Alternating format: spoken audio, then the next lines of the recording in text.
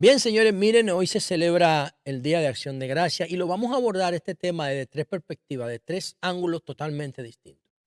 El primero tiene que ver con la reforma que nosotros estamos promoviendo en la República Dominicana y es para que los dominicanos puedan tener eh, 13 fines de semana libre al año.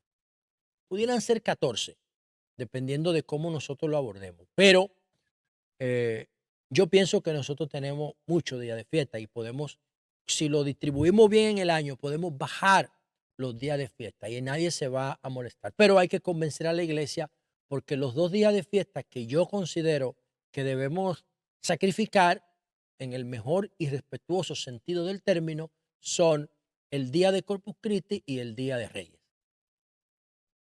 ¿Por qué digo que lo podemos sacrificar? Porque si vamos a tener 12 fines de semana largos, no tiene sentido tener tantos días de calendario feriado, porque vamos a tener unas mini vacaciones cada vez. ¿Y por qué yo digo eso? Bueno, porque si distribuimos los 12 días libres que tenemos al año, a eso habría que sumarle el de, el de Semana Santa, que el sábado se hace puente. El sábado santo no es día de fiesta, pero se coge. Entonces eso hay que incorporarlo formalmente. Y también al final de año, que siempre tenemos eh, el fin de semana de Navidad y el fin de semana de Año Nuevo. Prácticamente son 2 en 15 días. Entonces, para tener 12 nada más, entonces nosotros tendríamos que sacar 2, porque ahora tenemos 12 días feriados, pero Semana Santa y fin de año se le agregan 2 más. Pero, ¿por qué esto es importante? Porque los norteamericanos no celebran su fin de semana de Acción de Gracia, no lo asocian a una fecha específica, sino a un día de la semana específico, que tiene que ser jueves. ¿Por qué los norteamericanos hacen esto? Esto es practicidad, esto es lógica, esto es funcionalidad pura. Ellos dicen, si nosotros lo asociamos a un día, imagínense el día de hoy, 28 de noviembre. Hoy, si el 28 de noviembre cae domingo, se jodió Acción de Gracia. Entonces ellos lo asocian a un día de la semana, no a una fecha calendario. Y ahí está la genialidad. ¿Por qué? Porque ellos siempre van a garantizar el día después, que es el día de Black Friday, el viernes. Entonces se cogen jueves, viernes, sábado y domingo. Lo mismo que si hacemos nosotros con Semana Santa, porque en República Dominicana la Semana Santa no cae día calendario. Es random. Puede caer 2, 3, 4, 5, 6, 7. No, siempre a Jesús lo matan un jueves. Porque nadie sabe cuándo lo mataron. ¿Me explico? No es, por ejemplo, como Duarte nació el 26 de enero. No, hay un acta de nacimiento, pero nadie sabe cuándo mataron a Jesús. Entonces se celebra un Viernes Santo, porque el día anterior a las 10 de la mañana lo mataron a Jesús, lo sacrificaron. Entonces no hay un día de la... Eso mismo tenemos que hacer con el 25 de diciembre. No hay un día específico donde Jesús nació. No. Eso es una imposición del Imperio Romano.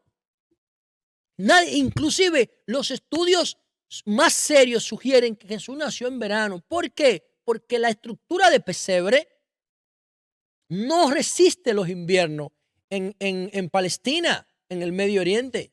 No lo resiste. Entonces, la estructura de pesebre es más apropiada al verano que al invierno o a la primavera. De modo que nosotros perfectamente podemos decir que a partir de ahora, de esta reforma que yo estoy proponiendo a la ley de los días feriados, que se celebre el cuarto jueves, la Navidad, se celebre el tercer viernes, el tercer viernes de cada diciembre. Entonces vamos a tener todos los tercer viernes de cada diciembre será el día de Navidad. Entonces la cena se hace el tercer miércoles. Así es que que los gobiernos se conectan con los pueblos, procurándole decisiones que generen funcionalidad, que generen lógica, que generen calidad de vida, que generen aprovechamiento del tiempo. Ese es el primer enfoque. O sea, los norteamericanos celebran su acción de gracia el cuarto jueves de cada noviembre. No el día 3 ni el día 4. Nosotros tenemos que celebrar nuestra Navidad el 25 de diciembre, lo hacemos ahora, tenemos que ponerlo, cambiarlo para que se celebre la Navidad, el nacimiento de Jesús, como se celebra la muerte. La conmemoración de la muerte de Jesús no tiene día, no tiene fecha calendario, tiene días de la semana, viernes. Entonces nosotros tenemos que celebrar el nacimiento de Jesús el tercer viernes de cada diciembre. Cenar lo que es el 24, cenar el tercer miércoles de cada diciembre. Y siempre vamos a tener un fin de semana largo de Navidad. Siempre, 4 días. ¡Boom! Eso es. Esa es la primera perspectiva. El segundo ángulo de este análisis es la conmemoración. ¿Qué es lo que se celebra hoy? Bueno, para eso tenemos que revisar. Señores, miren, antes de la Reforma Protestante, oigan esto, había en Europa 95 días festivos de la iglesia. Por eso es que yo digo que lo que yo propongo se puede conseguir, porque históricamente no eran 7, 8 días como ahora los días festivos de la iglesia. Eran 95 y la Reforma Protestante eran 95, además de los domingos, porque hay que saber que el domingo también es un día religioso. El domingo es el día que Dios descansa. Los judíos guardan el sábado, creo. También son conmemoraciones religiosas. Entonces, 52 domingos se le sumaban a los 95. Era medio año, no se trabajaba. Se celebraban fiestas. Entonces, a partir de 1536, esos 95 días se bajaron a 27. Y entonces las fiestas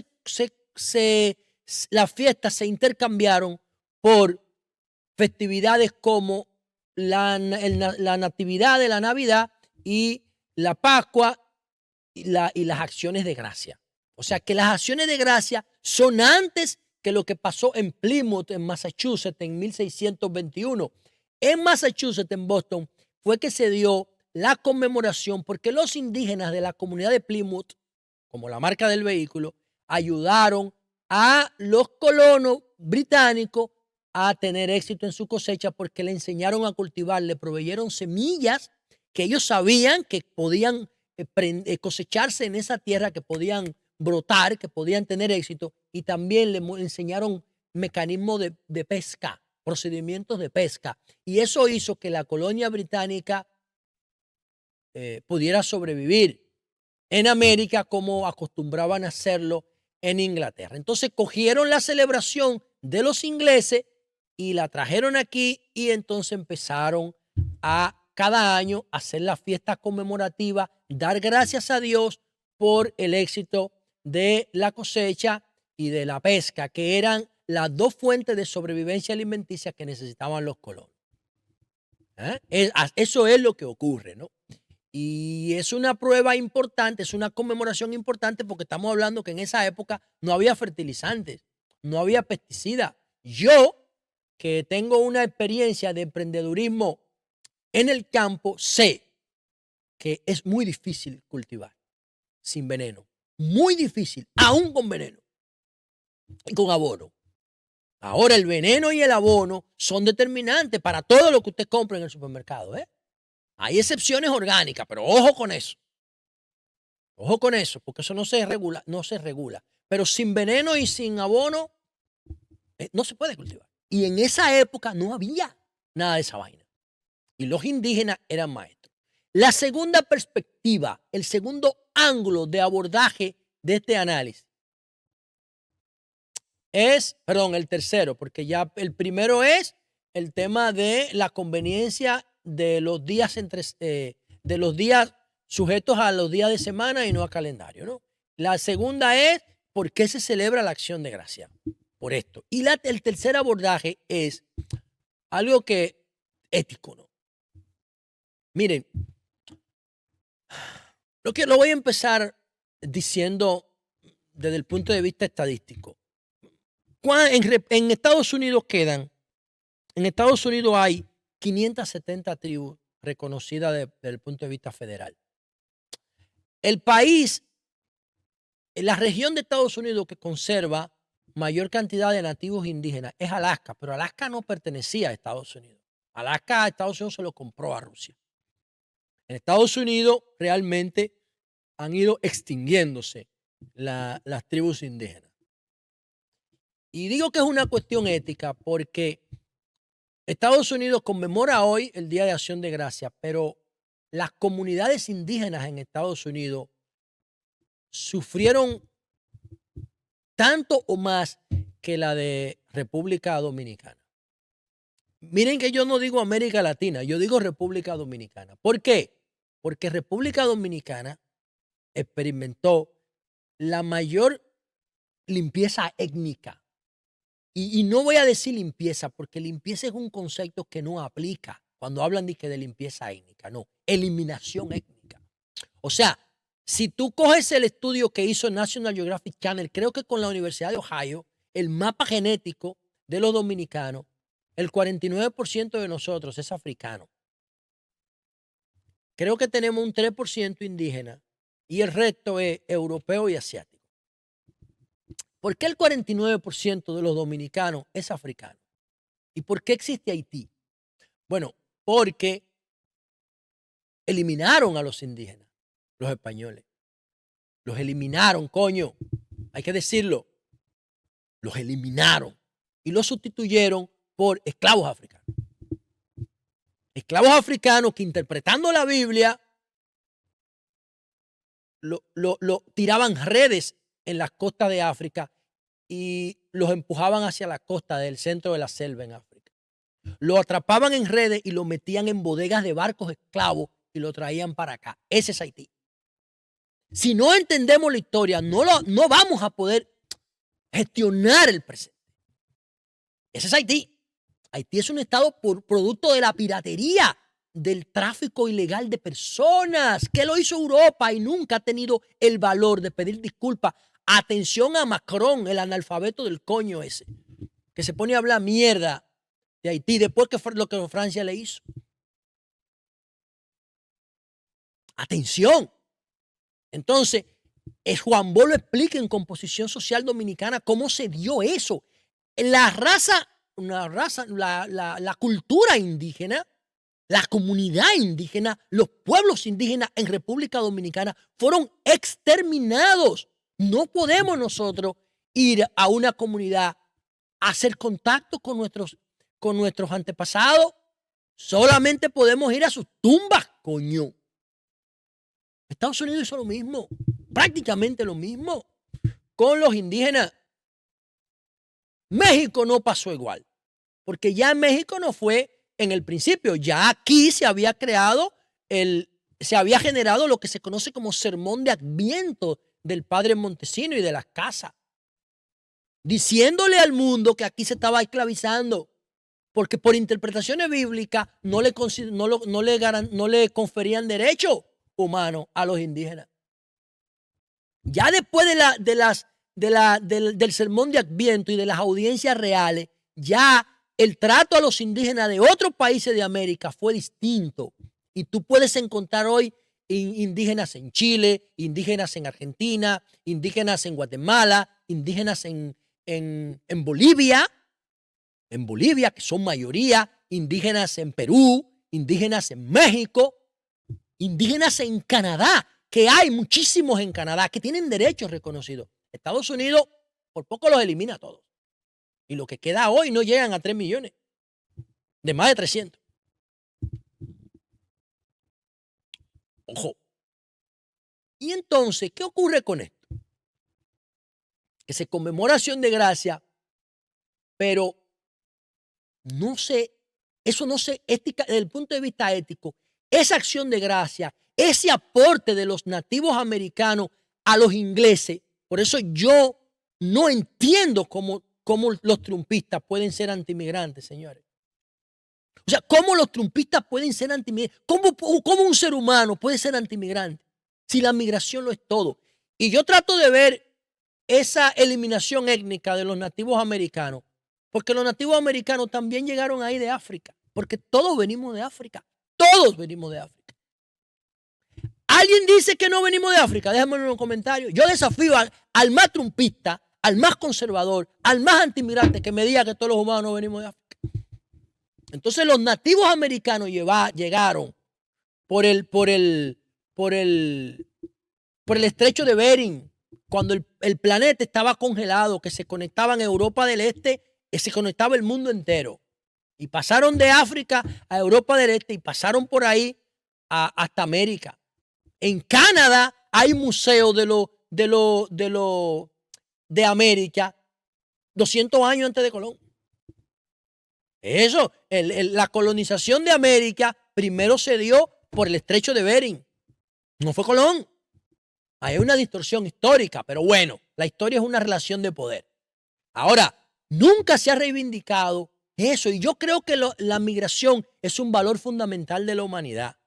Es un valor fundamental de la humanidad. Y quiero terminar este tercer abordaje del tema de acción de gracia con la NFL, con el fútbol americano. Hay dos equipos, uno en la NFL y otro en la MLB, que tuvieron que cambiar sus nombres. Los Indios de Cleveland ahora se llaman Guardianes. Y los de Washington, creo que se llamaban los de Kansas City, son los Kansas City Chiefs. Ahí no ha habido problema, no ha habido demanda. Pero los indígenas, las reservas indígenas demandaron a los de Washington. Se llamaban Redskins, los Pieles Rojas de Washington. Los Pieles Rojas. ¿Cómo eran los nativos? Entonces, las reservas indígenas entendían que eso era discriminatorio o qué. No, era un homenaje a los indígenas, como son los Chiefs de Kansas City y los indios del Cleveland. Bueno, pues la reserva demandaron a Cleveland y demandaron a los Redskins de Washington. Y ahora los Cleveland se llaman Guardianes y los Washington Redskins se llaman Commanders. Pero eso no es mi enfoque. Mi enfoque es los Buffalo Bills. Los Buffalo Bills. Y si los Estados Unidos, los historiadores norteamericanos respetaran de verdad la conmemoración de acción de gracia y respetaran las primeras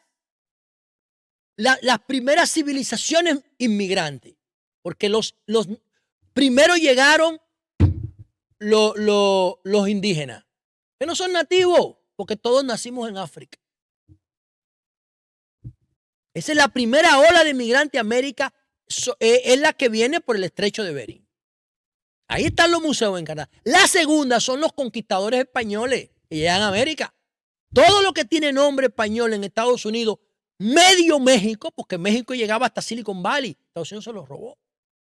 Lo cogió, literalmente. Y entonces la tercera ola de migrantes es la británica. Esa tercera ola de migrantes es la que tiene el poder en Estados Unidos. No la primera ni la segunda, la tercera. A esa tercera ola de migrantes pagaba, creo que eran, no recuerdo el monto, pero le pagaba a tipos para que mataran indígenas y mataran búfalos. Miren esta imagen que yo le voy a poner aquí. Miren esa imagen. Ahí está Buffalo Bill. Eran dos Buffalo Bill que existían. Eran dos, pero Buffalo Bill, el que le da nombre al equipo de fútbol americano de Nueva York, de los Bills de Buffalo Bills, no es toro o bulls, no, es bisonte. Entonces, ¿qué pasaba? ¿Por qué yo estoy citando esta imagen que estoy viendo aquí? ¿Y por qué lo voy a relacionar para cerrar el video con la NFL? Porque se organizó un concurso para los vaqueros que mataran más búfalos, más bisontes. Señores, esa tiene que ser una de las mayores tragedias medioambientales de la historia de la humanidad. En Estados Unidos, para que ustedes tengan una idea de lo que yo estoy diciendo, las manadas de bisontes, de búfalos, se escuchaba antes de verse en el siglo XVIII. ¿Sabe por qué? En el siglo XIX. ¿Sabe por qué? Porque temblaba la tierra cuando se movía la manada de bisonte al mismo tiempo. Por eso se escuchaba primero y se sentía antes de verse. ¿Y qué hizo Estados Unidos? Como el bisonte era la principal fuente de sustentación equilibrada de los nativos, de los indígenas, organizaba concursos para matar a los bisontes sin necesidad. El argumento primero era de que para alimentar a los trabajadores del ferrocarril. Miren esa montaña de huesos. Buffalo Bills, mírenlo ahí. Y eso es incompatible con una sociedad de paz. No, esa herida está abierta, aunque no le importe a nadie ahora, pero sigue abierta, independientemente del interés de esta generación por el placer. Esa herida está abierta. Y no era los Redskins de Washington que había que cambiar el nombre. No era a los indios del Cleveland que había que cambiar el nombre. No, es al equipo de la NFL, Buffalo Bills, que sigue reivindicando esa violencia que está ahí, que está en el ADN del pueblo norteamericano. Está en el ADN. Y el concepto del Buffalo Bills agrede la conmemoración de Acción de Gracia. Y yo soy un gran amante del pueblo norteamericano. Miren lo que tengo en la cabeza. No se trata de eso, se trata de ser objetivos con la historia, entender la historia para poder gestionar bien nuestro presente. Eso que está detrás de mí ahí, eso es una montaña de huesos de búfalo, de bisonte. Pero el objetivo no era el bisonte, el objetivo era eliminar a los indígenas, quitarle su fuente de sustentación, porque del bisonte los indígenas sacaban la piel, sacaban los huesos, sacaban la carne, sacaban la grasa, sacaban la leche, sacaban todo. Una vez eliminado el bisonte, los indígenas perdían sus insumos estratégicos. Y ese es el abordaje distinto que ustedes van a encontrar cuando ustedes vean nuestros contenidos. Por eso les invito a suscribirse al programa si les gustó el video y a darle like, a compartir. ¿Para qué? Para que el algoritmo de YouTube nos siga recomendando a nuevas audiencias. Muchas gracias.